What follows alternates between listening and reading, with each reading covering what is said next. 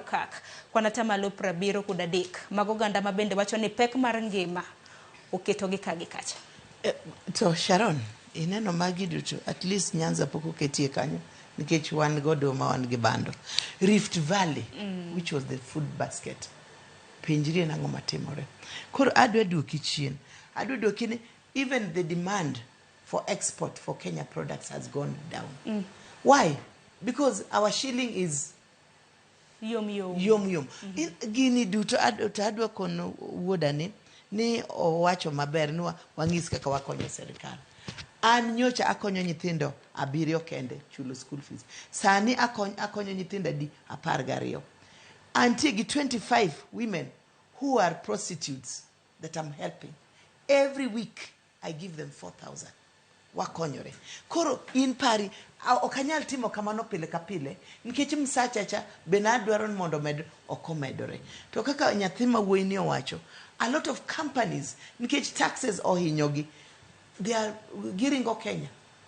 Samia, where is Samia? Samia has gone to Tanzania. Other people are leaving this country because they can't make it. They can't make ends meet. Koro ineno counties mawajia.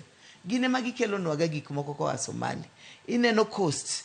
We all get cargo from coast. Central, Manyocha is the center of money. Sani or the piny. Rift Valley or the piny. Kajo giduto or the piny. We will all be affected.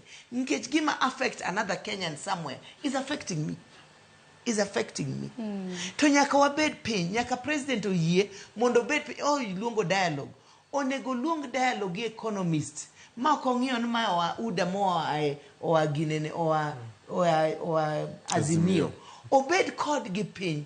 Okoni jo kama gini hinya. Wanyalo timo nango.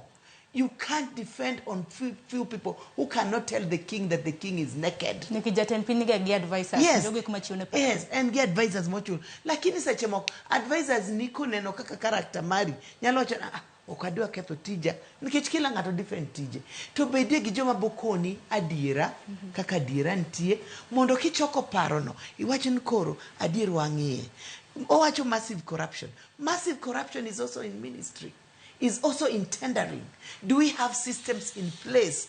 Has Owalo, who is in the digital platform, been able to put systems in place that can check corruption in these companies? Why you do ghost workers? How do those ghost workers come in? Magopoko address. Who is bringing them in? There's desperation. Ghost workers chamo in pes nyithindo matindo monego bed katiyo.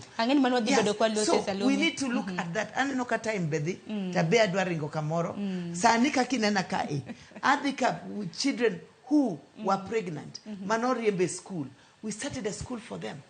Today I'm meeting the ambassadors' wives of the European Union.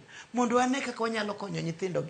Mondo gisomo gi nyithindo. So the economy has to be addressed as a Kenyan project. It's not a one-man show. Mana kamano bila nin bende mi paro mano thuolo kata na wakaw ywe matinya korom ga jwang nikech anno ka thuolo bende rengo matek ka wanwa duoko e iweyo bende obro bedo bende kwalose kaluore kod jotije manyawawa ghost workers ma bende daktari bende na wacho nonro ma bende duol mochung ne jotije ma pacho kaendi PSC no chiwo to migepe mopogore mag piny owacho bende naneno kaka bende no yudre ni ntiere kod